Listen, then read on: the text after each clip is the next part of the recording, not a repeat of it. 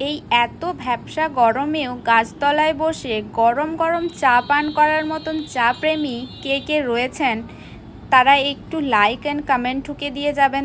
তো যাই হোক, আবারও একটা গরম গরম টিকি ফাটা দিন নিয়ে এসে গেছি আমি। সো হ্যালো বন্ধুরা, কেমন আছেন?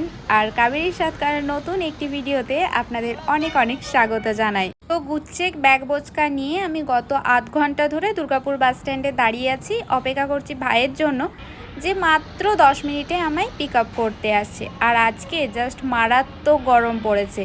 বৃষ্টি যতই হোক না কেন, সূর্যদেব যেন বাঁকুড়া দুর্গাপুরকে একটু বেশিই ভালোবেসে রোস্ট করে দিচ্ছেন।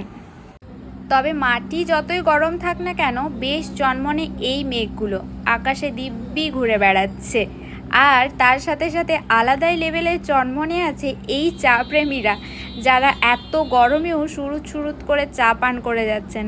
আমি এতক্ষণ ধরে দেখে জাস্ট অবাক হয়ে যাচ্ছি। আর এই যে দেখুন, একটা হলুদ ট্যাক্সি, কেন জানি না হলুদ ট্যাক্সি একটা আলাদাই ভালো লাগা।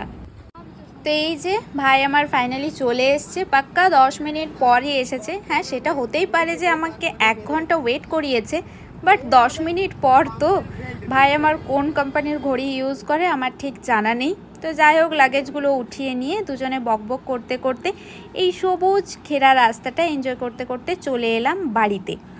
আর এই মাধবীলতা গাছটা এখানে কি বিশাল আকার ধারণ করেছে দেখুন। আমার না মাধবীলতা ফুল খুব ভালো লাগে। আর এই জবাটার নাম লক্ষ্মী জবা, সত্যিই মনে হচ্ছে লক্ষ্মী। তবে এই ফুলটার নাম আমি কিন্তু আগে জানতাম না। আপনারা আগে জানতেন কি না অবশ্যই জানাবেন তো। কি কিউট লাগছে, তাই না? তো এসে পর খুবই টায়ার্ড হয়ে পড়েছিলাম। আর স্নান করে পেটে ভাত পড়লে বাঙালির ভাত ঘুম ছাড়া অন্য কিছু ভাবতেই পারে না। তাই একটা লম্বা ঘুম দিয়ে বিকেলবেলা চলে এলাম ছাদে। এখন ওয়েদারটা বেশ ভালো, সুন্দর হাওয়া চলছে, হালকা হালকা বৃষ্টিও হচ্ছে। আর ভাই ছাদে এখানে অনেক গাছ লাগিয়েছে, তো সেইগুলোই ঘুরে ঘুরে দেখছিলাম। আর আলোচনা হচ্ছিল যে ও বাঁকুড়া থেকে কোন কোন গাছগুলো এখানে আমদানি করেছে আর সেই গাছগুলোর এখন কি অবস্থা। আর এইদিকে টগর পাতার মতন পাতাটা দেখে আমার তালপিঠার কথা মনে পড়ে যায়। কে কে টগর পাতায় ভাপানো তালপিঠা খেতে পছন্দ করেন? আমার যদিও একটুও ভালো লাগে না।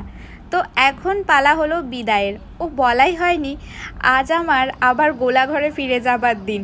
এই যে আমার বাসও এসে গেছে, ঝিকিমিকি শ্যামলি।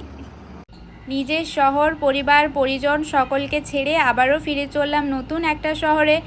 আর আজকের ভিডিওটা ভালো লাগলে অবশ্যই লাইক কমেন্ট শেয়ার করবেন। এরপর দেখা হবে নতুন ভিডিও নিয়ে বাগডোগরাতে। ততক্ষণের জন্য সবাই ভালো থাকবেন, সুস্থ থাকবেন, টাটা।